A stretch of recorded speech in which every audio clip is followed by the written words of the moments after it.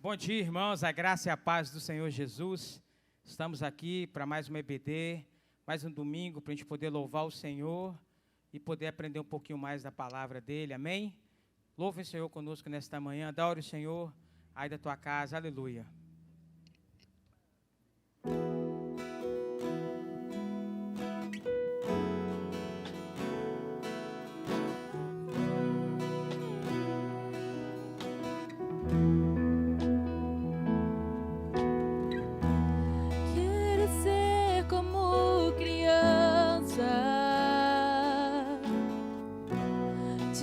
Amar pelo que és,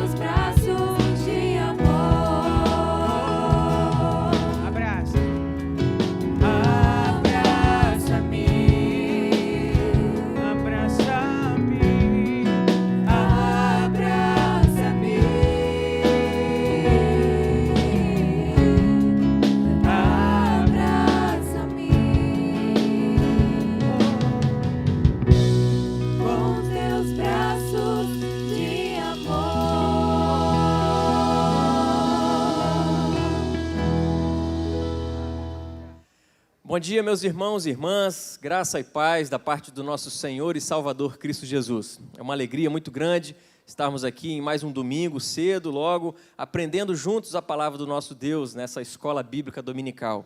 E nós já estamos aqui na metade do ano, já estamos caminhando aqui nesse segundo semestre e com certeza tem sido um ano muito diferente para mim e para você. Coisas aconteceram porventura dessa pandemia. Os nossos planos, projetos, sonhos talvez tiveram que ser adiados, talvez tiveram que ser mudados em alguns aspectos. O fato é que algumas outras pessoas também até deixaram de sonhar.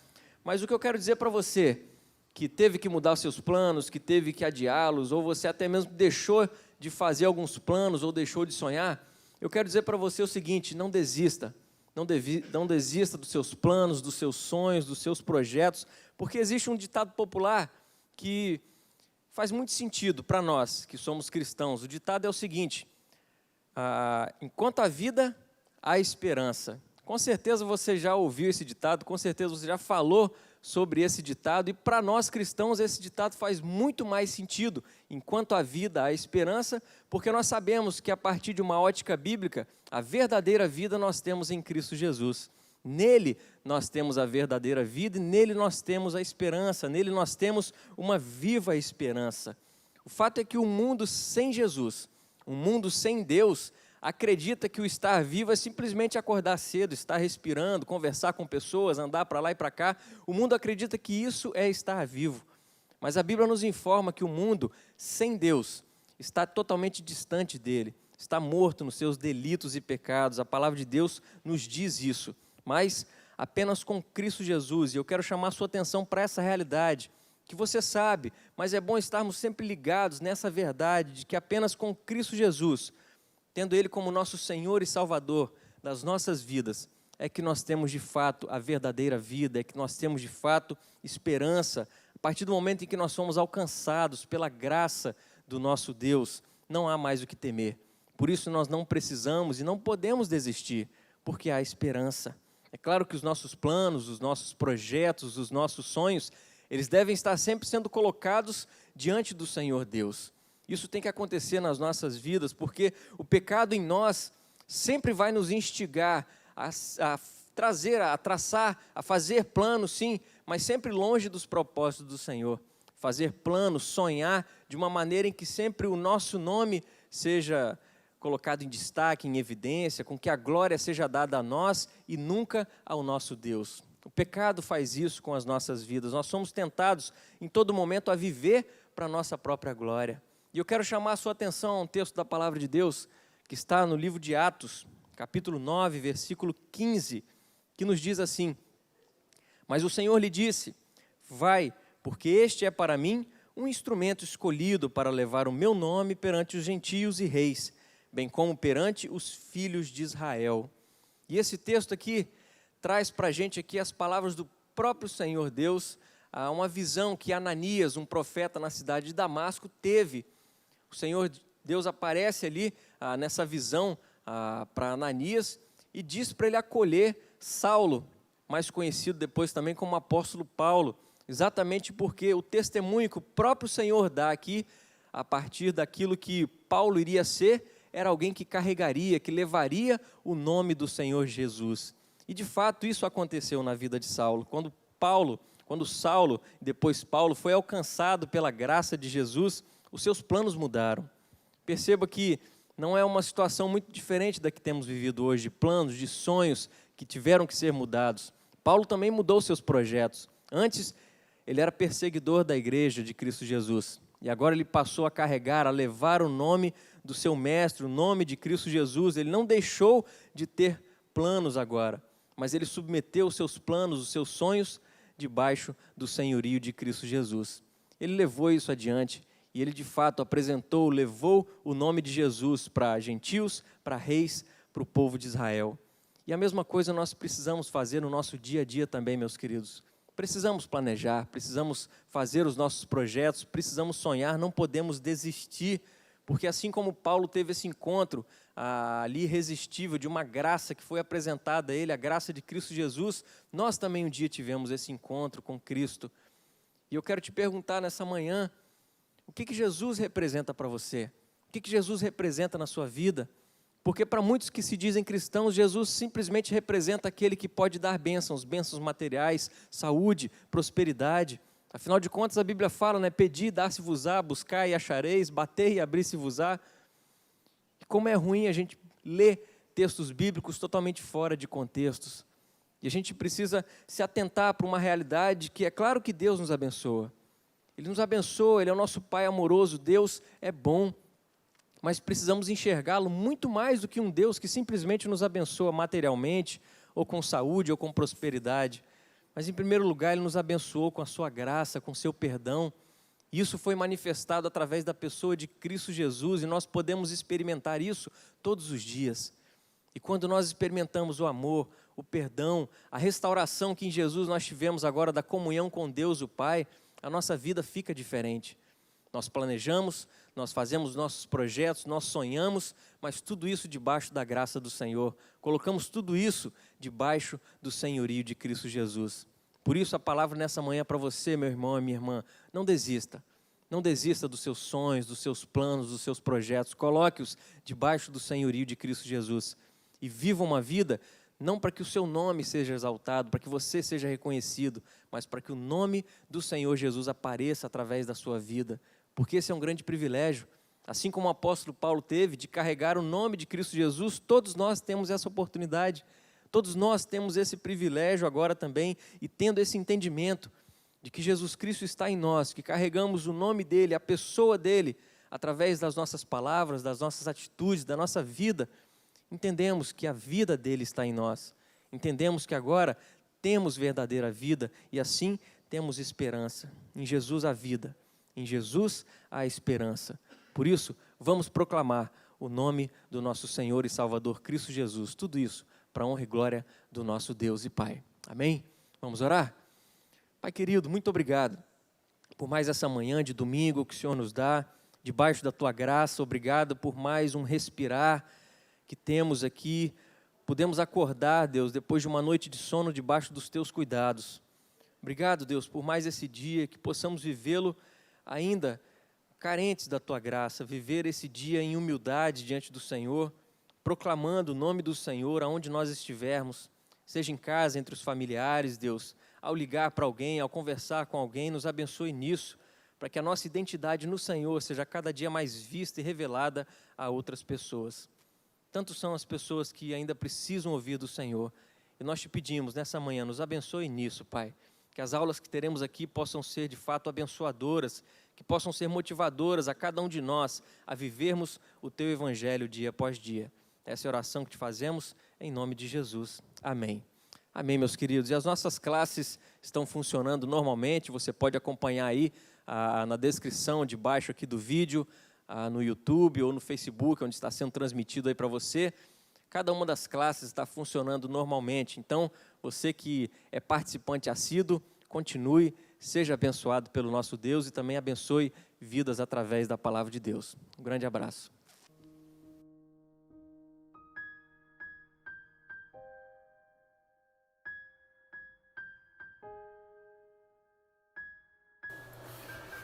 Bom dia, meus irmãos. Mais um domingo. Estamos juntos, né, virtualmente, mas juntos. Né, estamos aqui na internet, né, para aprendermos um pouco mais da palavra do nosso Deus e que a graça do nosso Deus realmente possa nos abençoar nesta manhã.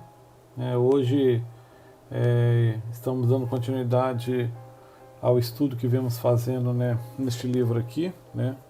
Se os irmãos tiverem oportunidade futuramente, né, de ler esse livro, é um livro muito interessante, né.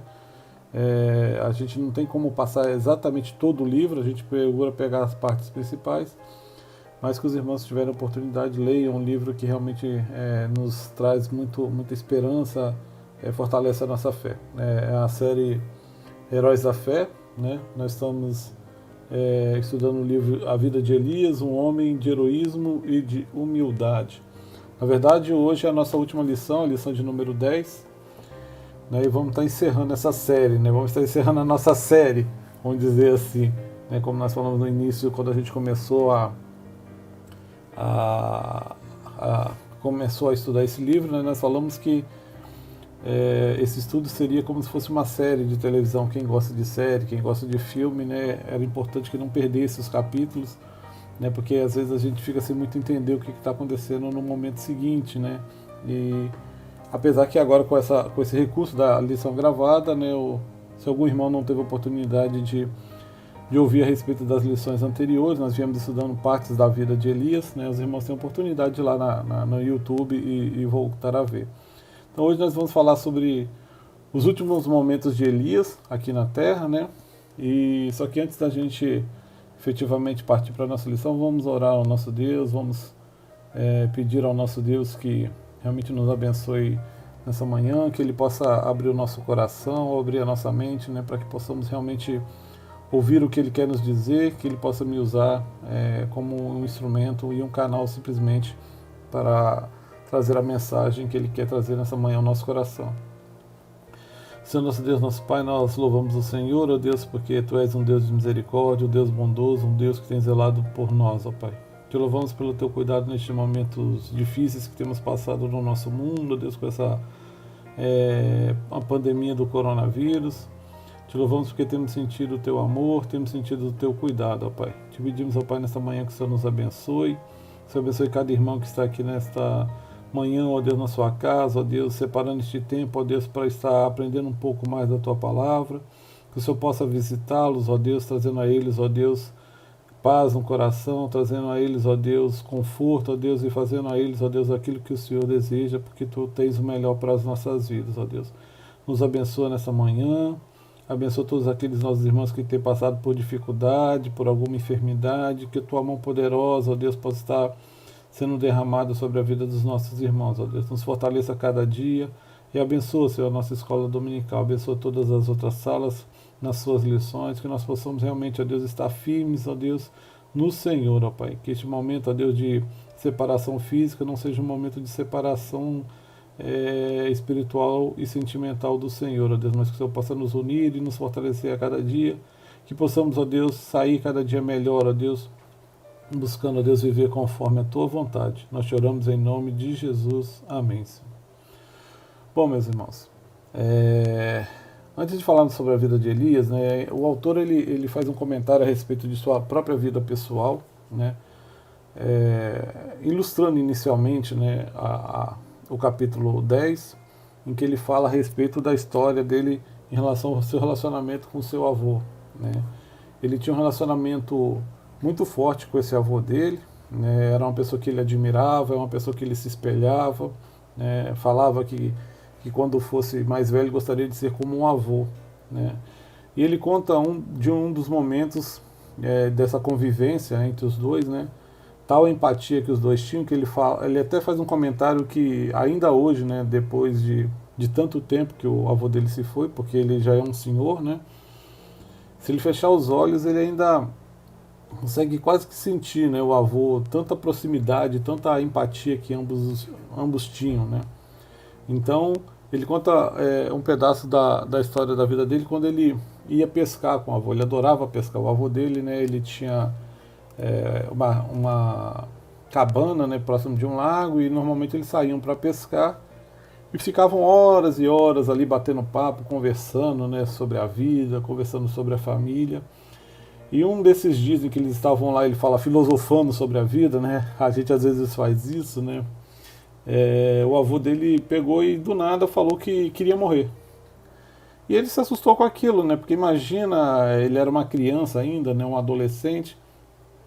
Imagina ele junto com o avô, tão próximo, né? Tão querido, e ouvir do avô que o avô queria morrer. Ele nunca tinha tido esse tipo de pensamento na mente, né? De que o avô podia morrer.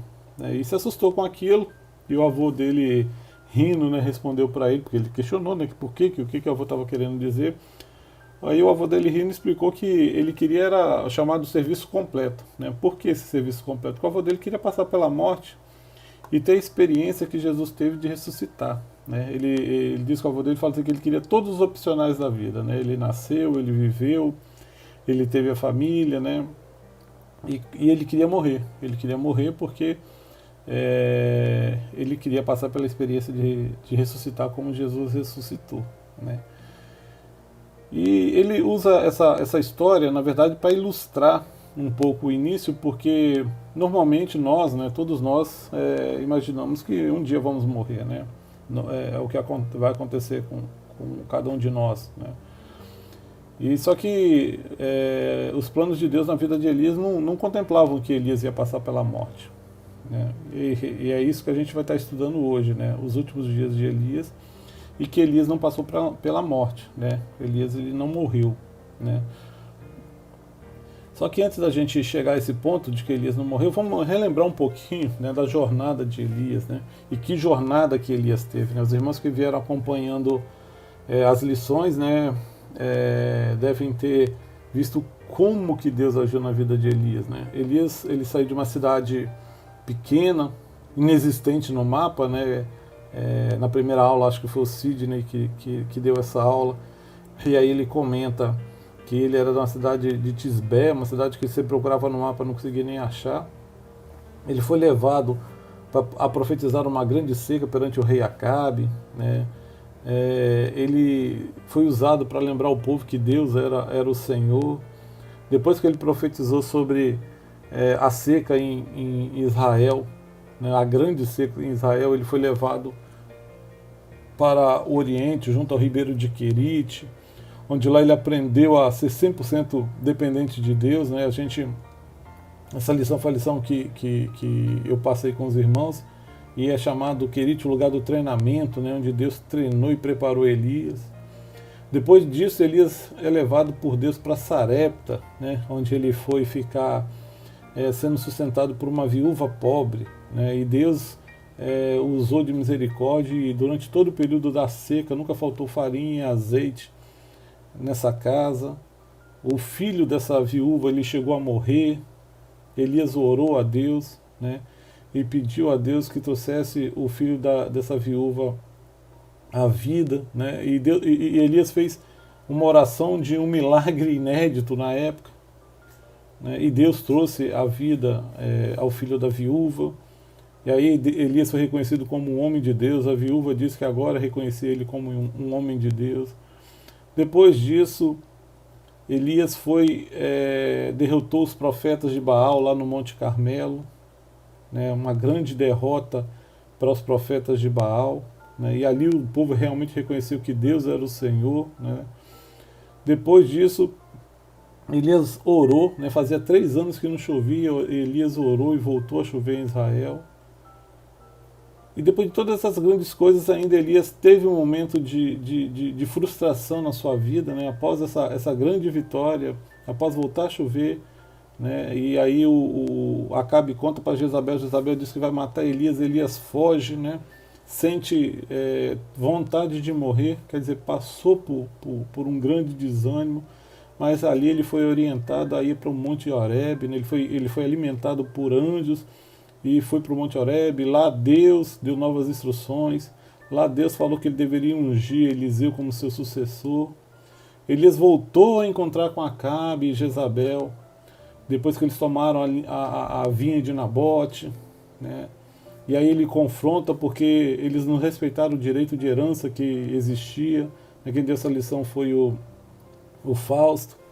E aí Elias profetiza sobre a vida deles, que viria de juízo divino sobre a vida de Acabe e de Jezabel, né? Disse que a casa deles seria destruída, falou detalhes de como é que eles iriam morrer, né? Profetizou também sobre a vida de Acasias, que foi o filho de Acabe, que reinou somente 2 anos, dizendo que ele ignorou a Deus e por isso certamente ele morreria. Tudo isso aconteceu na vida de Elias, né? E quando a gente faz essa retrospectiva, né, do que Deus fez na vida de Elias, de quantas coisas Deus proporcionou na vida de Elias, quantas experiências que Elias teve, a gente às vezes chega a pensar, poxa, Elias chegou ao ápice das experiências da vida, né? Ele fala até uma palavra pináculo, né? E só que, na verdade, Deus ainda tinha uma surpresa para Elias. Elias ia passar por uma experiência muito maior do que todas as experiências que ele tinha passado, né? Todas as vitórias, todas as respostas de oração, né? E Deus tinha preparado para Elias algo maior ainda, que era que Elias ia escapar da morte. Elias não iria morrer fisicamente, ele não seria enterrado, o corpo dele não iria passar por um caixão, né? E isso faz com que Elias ele seja colocado na categoria, o autor até coloca na categoria dos partidas sem morte, né? Nos registros bíblicos, somente 2 pessoas passaram pela terra e não morreram fisicamente, né? Foram levadas por Deus, o primeiro foi Enoque. Se os irmãos quiserem conferir, depois olhem lá em Gênesis 5, 21 e 24. E o segundo foi Elias. Somente esses 2 que temos registros, né, na palavra de Deus, que foram levados dessa terra, né, sem passar pela morte, né? E depois disso, a última experiência que nós possivelmente teremos de passagem da vida para o céu, né, vamos dizer assim, sem passar pela morte, será somente quando Jesus voltar, né? Somente após a segunda vinda de Jesus, que acontecerá em que os crentes que ainda estiverem vivos, né, aqueles que o Senhor separou ainda estiverem vivos, esses não morrerão, né?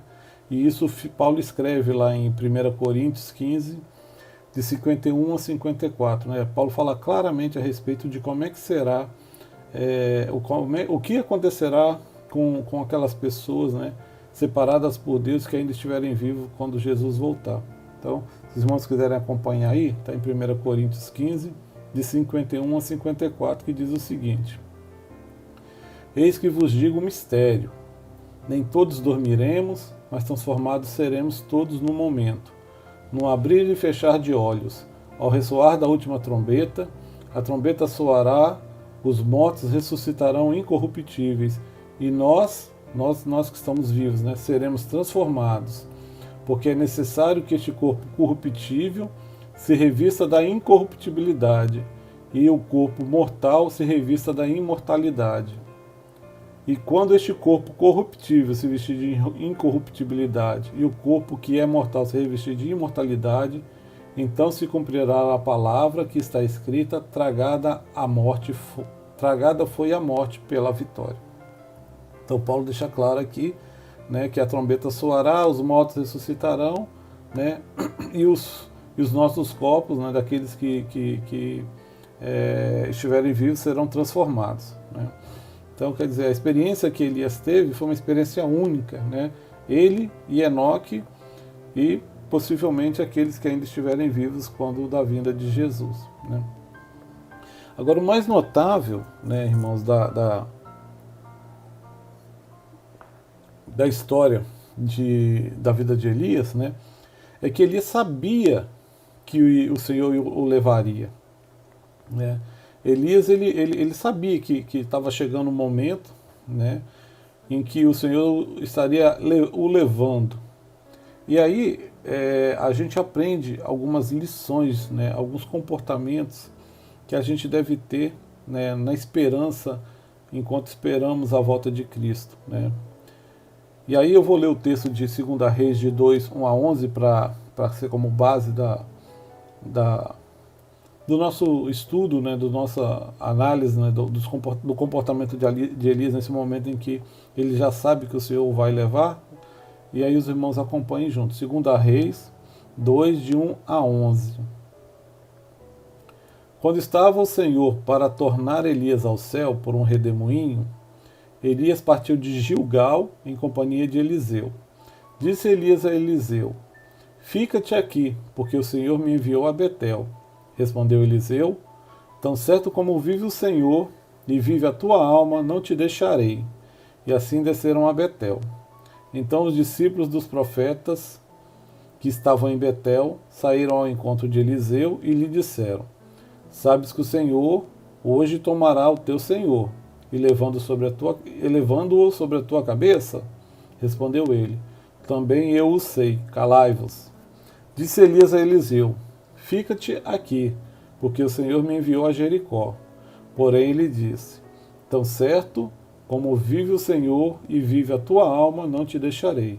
E assim foram a Jericó.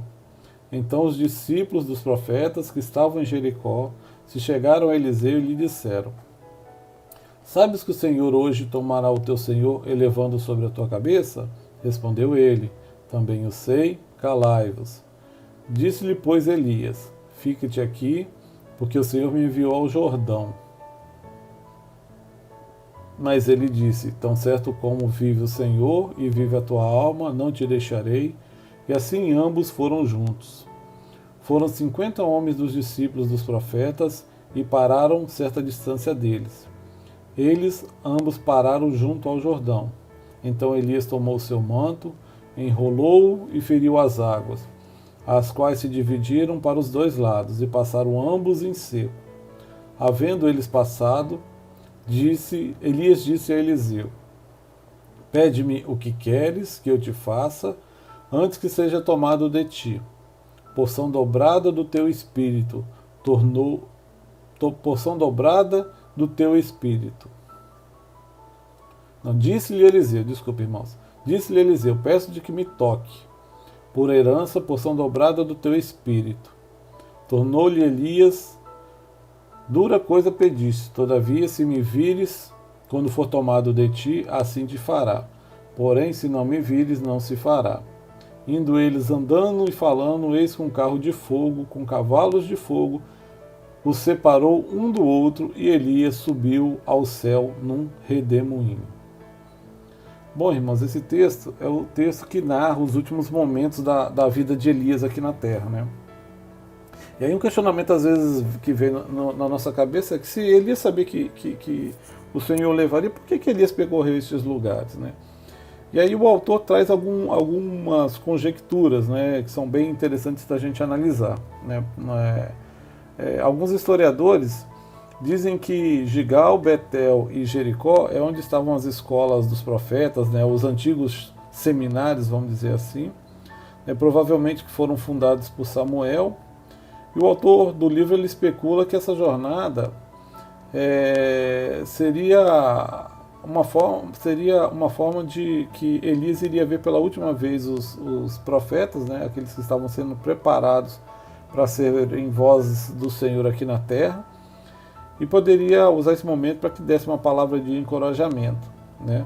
Além disso, era um momento em que Elias podia estar refletindo sobre a vida, né? Quantos de nós já não ouviram falar de algumas pessoas que estão no momento final de sua vida e começam a relembrar, né, a respeito da sua vida, passar um filme na sua mente, e também pode ter sido por causa disso, né? Era uma forma de que Elias estaria separando esse tempo para ter um pouco de reflexão, e isso se leva a ter um entendimento desse, porque quando ele estava andando com Eliseu, e aí os profetas vinham e perguntavam se Eliseu sabia que o Senhor estaria naquele dia retirando Elias da presença dele, e aí Eliseu respondia que sabia e pedia que ele se calasse, né? E essa forma que a interpretação que o autor faz é como se Eliseu estivesse protegendo Elias, né? De forma que ele pudesse ficar em paz, em tranquilidade, pudesse refletir sobre esses últimos momentos da vida dele e não fosse perturbado por perguntas que às vezes o estivessem incomodando, porque os profetas também sabiam, os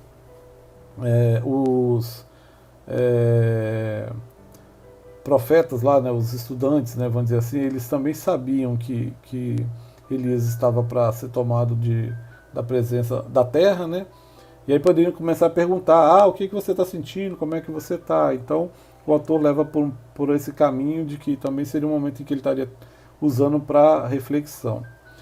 E também existe a questão dos lugares, né? A gente sabe que na palavra de Deus existem alguns lugares que têm grande significado. A gente viu isso durante a nossa lição, durante a vida de Elias, né? Quando Elias passou por Querite, que foi tido como um lugar de treinamento, nessa época é um lugar de refinamento, né? E esses três últimos lugares também, né, não de forma diferente, também foram lugares especiais, com grande significado na vida de Elias, e também tiveram um grande significado na vida do povo de Israel no passado, né? O primeiro lugar que Elias passou é Gigal. Gigal era tido como o lugar do início, né? Era em Josué 4, né? Gigal foi o lugar onde os filhos de Israel acamparam logo após serem cruzados o Jordão rumo a Canaã, né? eles estavam neste lugar, era um lugar em que eles se sentiam salvos, estavam com segurança, e era momentos antes que eles invadissem o território inimigo. Em Josué 4,19 diz o seguinte: subiu, pois, do Jordão o povo no dia 10 do primeiro mês, e acamparam-se em Gigal, o lado oriental de Jericó. Né? Em Gigal, os israelitas eles estavam na iminência da batalha, né? Batalha de Jericó. Eles ali estavam ouvindo Josué, né, que era o comandante-chefe do povo, dar as instruções finais, entregar as estratégias que Deus tinha dado a ele a respeito dessa batalha. Né? Mas esse não era o local exato ainda da batalha, mas era um local em que eles estavam seguros, era um local de comunhão, de compartilhamento, de preparação. Então Gigal foi o primeiro lugar que Elias passou antes de o Senhor levasse. Né? Foi o primeiro lugar, foi o lugar da preparação da jornada final de Elias. O segundo lugar que Elias passou foi por Betel. Né? Betel era um lugar, é conhecido como lugar de oração. Betel, né, quer dizer casa de Deus. Foi em Betel que Abraão, né, construiu um altar e onde ele frequentemente se encontrava com o Senhor para conversar com Deus, para orar ao nosso Deus.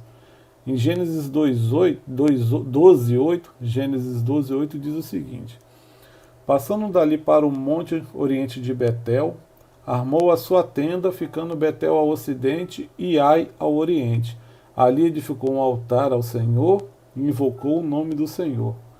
Durante os momentos de busca e de provação de Abraão, né, assim como nos momentos de dedicação e de preparação, Abraão sempre voltava a Betel.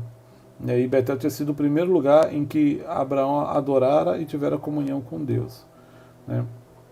E aí é de se pensar que Elias, né, ao passar pelas ruas de Betel, talvez tenha pensado nos altares que ele teve na vida dele. Né? O primeiro altar da vida de Elias, né, a gente já comentou, mas seria lá em Querite, né, onde Elias aprendeu a ser 100% dependente de Deus.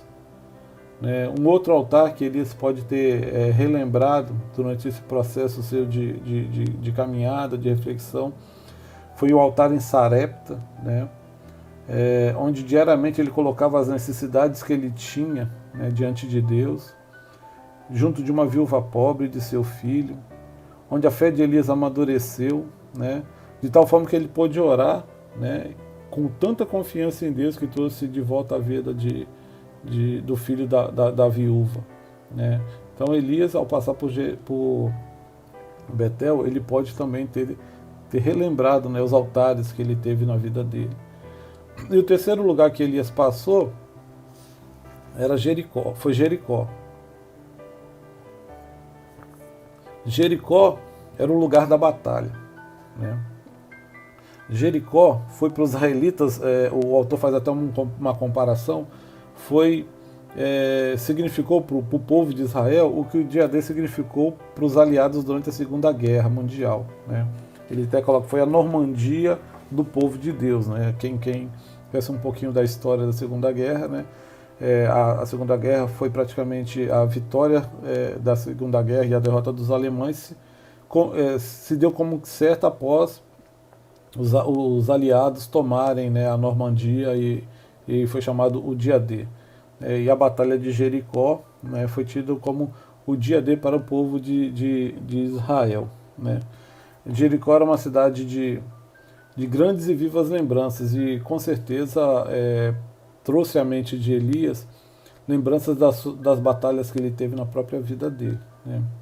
A Batalha do Monte Carmelo, em que ele derrotou as forças malignas de Baal, as diversas batalhas que ele teve com Acabe e Jezabel, né? A batalha pessoal que ele enfrentou, né, quando ele sob o zimbro, após ser ameaçado de morte por Jezabel, e aí ele não tinha mais esperança em relação à sua própria vida. Né? Isso pode ser momentos em que Elias refletiu sobre isso quando estivesse passando por Jericó, porque Jericó trazia isso à mente, né, um local de batalha. E finalmente, né, Elias se dirige ao Jordão, que é o lugar da morte. Né? Mas não foi morte física, né? Sim a morte do eu. Né? Ali Elias deve ter lembrado dos dias em que ele morrera por seus próprios desejos. Né? morrera pelos seus próprios planos, né? Deve ter lembrado como ele se rendeu, se rendeu a Deus, né? Vencendo a sua própria carne, né? E deve ter refletido como é que aquele homem, né, de uma cidade de Tisbé, um homem tido como um homem rude, né, aprendeu a confiar em Deus e a negar a si mesmo, né? E isso não veio naturalmente, isso foi um processo na vida de Elias, né? E isso não é uma coisa fácil, negar a si mesmo. E os profetas, né, são exemplos desse tipo de comportamento, e Elias teve esse tipo de comportamento, né, de negar a si mesmo e se render totalmente a Deus. E Elias, no Jordão onde o Senhor o levou, né, ele deve ter tido esse tipo de pensamento. E aí, trazendo um pouquinho para a nossa vida, né, nós também temos esses lugares nas nossas vidas. Como Elias teve, né, a gente também tem. Né, nós também temos o lugar do início, nós temos a nossa Gigal, né, na nossa experiência cristã, o nosso novo nascimento. O nosso início é o nosso novo nascimento. Alguns fazem muito tempo, né? Eu tenho pouco tempo, eu sou novo, né? Não tenho tanto tempo assim. Mas existem muitos irmãos que já fazem bastante tempo, existem aqueles que têm pouco tempo. Mas é interessante às vezes a gente trazer isso à memória, né? Para a gente relembrar desses nossos primeiros passos, relembrar de pessoas que nos ajudaram, pessoas que nos amavam e nos ensinaram e nos instruíram a firmar os nossos pés. Como Elias, nós também temos a nossa Gigal, né? Nós também temos o lugar de oração, né? O lugar de oração é aquele lugar que você começou a aprender a sacrificar e a entregar coisas preciosas na sua vida, né? Você passou a confiar e entregar que Deus está no controle de tudo, né? Passou a confiar que Deus, ele tem tudo sob controle, né? Você passou a entregar o seu emprego, entregar a sua casa, seu filho, sua esposa, né, seu marido, seu sonho, né? Foi quando você aprendeu a orar em Betel e colocar diante de Deus, né, todas as suas necessidades. E a gente também tem um lugar da batalha, né? Quantos de nós já não tiveram batalhas sérias, né, na sua vida? Quantos de nós talvez não estão passando nesse momento por sérias batalhas, né? Batalhas contra o vício, batalhas contra a rebeldia, contra pensamentos, contra dúvidas, batalhas da carne. Quantas batalhas, né? Quantas Jericó nós não enfrentamos ou não enfrentamos ou estamos enfrentando. Como Elias teve as suas batalhas, nós também temos as nossas batalhas. E temos também a questão do lugar da morte, né? Todos nós sabemos que vamos passar pela morte, né? A gente não sabe quando, a gente não sabe quando é que o nosso Jordão vai chegar, né? A gente não sabe quando é que a gente vai atravessar o Jordão. Pode ser daqui a muitos anos, daqui a décadas, né? Mas pode ser daqui aos próximos segundos. O que nós temos certeza é que nós iremos passar. Mas existe um outro tipo de morte, né? Que é a morte do eu, e essa morte faz parte do tomar a sua cruz e seguir a Jesus, né? E aí quando a gente aprende, né, quando a gente aprende a morrer, matar o nosso eu, aí a gente consegue ter paz. Isso não é fácil, isso é muito difícil, meus irmãos. É difícil a gente matar o nosso eu, né, e confiar 100% e deixar Deus tomar conta da nossa vida. Quantas vezes a gente não quer ajudar a Deus, né? Mas a gente tem que aprender dia a dia, né? Fazer o nosso treinamento em Querite, fazer o nosso refinamento em Sarepta. A gente precisa aprender a confiar em Deus. A gente precisa a cada dia tentar matar o nosso eu para que Deus realmente tome controle e para que isso traga paz ao nosso coração. E aí, concluindo a nossa lição, né, nós vamos ler 2 Reis 2, o versículo 11, que diz o seguinte: indo eles andando e falando, eis que um carro de fogo com cavalos de fogo separou um do outro, e Elias subiu ao céu num redemoinho. E aí eu fico imaginando a cena, e eu queria que os irmãos imaginassem também, né, Elias e Eliseu caminhando. Um passeio de amigos, né? Um passeio de amigos íntimos ali conversando amenidades. Eles não estavam ali conversando, profetizando, eles estavam ali conversando como amigos, né? E de repente, né, passa um carro de fogo, surge no meio dos dois, separa os dois. Imagina que momento fantástico, né? Imagina a adrenalina que deve ter ido ao coração de Eliseu, né? O coração deve quase ter saído da boca, e aí Eliseu grita com surpresa, né? Eliseu grita lá em 2 Reis 2, de 12 a 15, diz o seguinte: o que vendo Eliseu clamou, meu pai, carros de Israel e seus cavaleiros, e nunca mais o viu. E tomando as suas vestes, rasgou-as em 2 partes, e então, levantando o manto que Elias lhe deixara cair, e voltando-se, pôs à borda do Jordão. Tomou o manto que Elias lhe deixara cair, feriu as águas e disse: onde está o Senhor, Deus de Elias? Quando feriu ele as águas, elas se dividiram para um e outro lado, e Eliseu passou. Vendo, pois, os discípulos dos profetas que estavam defronte em Jericó, disseram: o espírito de Elias repousa sobre Eliseu. Vieram-lhe ao encontro e se prostraram diante dele. O que aconteceu nesse momento, né? Nesse momento, o contrato sem cláusula de morte de Elias estava sendo cumprido, né? O contrato que Deus tinha feito, né? A lição tem o título, eu acabei não falando com os irmãos, que chama-se o contrato sem cláusula de morte. Nesse exato momento, foi o momento em que Deus cumpriu o contrato, né?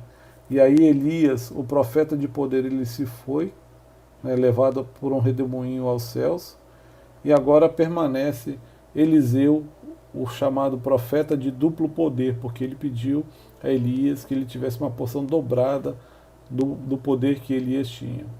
E Eliseu fica agora, né, para ser usado grandemente pelo nosso Deus. E aí é importante nós, irmãos, salientarmos o seguinte: quando um homem de Deus ou uma mulher de Deus ela morre, nada de Deus morre junto com ele. Na verdade, durante todas as eras, Deus sempre teve homens e mulheres que levaram a sua obra adiante. Elias viveu aqui, fez a obra de Deus de forma grandiosa, né? Mas quando Elias foi levado pelo Senhor, a obra do Senhor permaneceu, né? E quem fez essa obra após Elias foi Eliseu. Então, espero que os irmãos tenham gostado da lição. Espero que os irmãos tenham se empolgado ao ouvir sobre a vida do profeta Elias. Eu digo aos irmãos que, para mim, foi muito bom aprender sobre a vida de Elias.